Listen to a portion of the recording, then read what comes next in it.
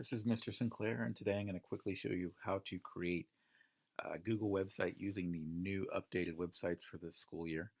If you go to your Google Drive and click New, just like you would for documents or anything else, and then scroll down to More. When you go over to the right, you'll see after Google My Maps, you'll see Google Sites. When you click on that, it'll open up a brand new website for you. Similar to when you're doing Google Docs or Google Slides, you don't have to wait a second. Then it pops up. Very first thing it asks you to do is give your title. And you guys are going to put your first name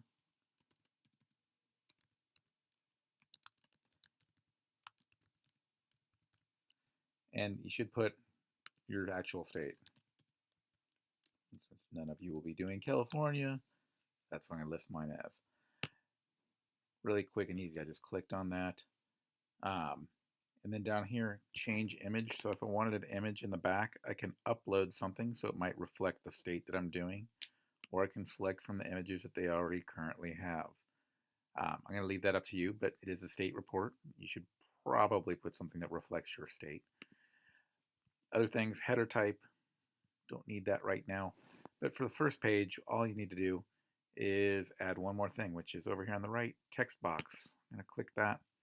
And we're going to leave it as normal text, and you're going to write a quick intro as to what you are doing, that this is a state report for Room 19, your 5th grade project. Just your first name again, no last names. And just a quick intro to what this project is. And if you want to add anything to that, images, other things, feel free. But that is your home page, and that's how you're going to start off. When you're done loading stuff, you will come up to the publish button and you will publish it, and then it will be live on the web. We'll go through that more in a later video. Thanks.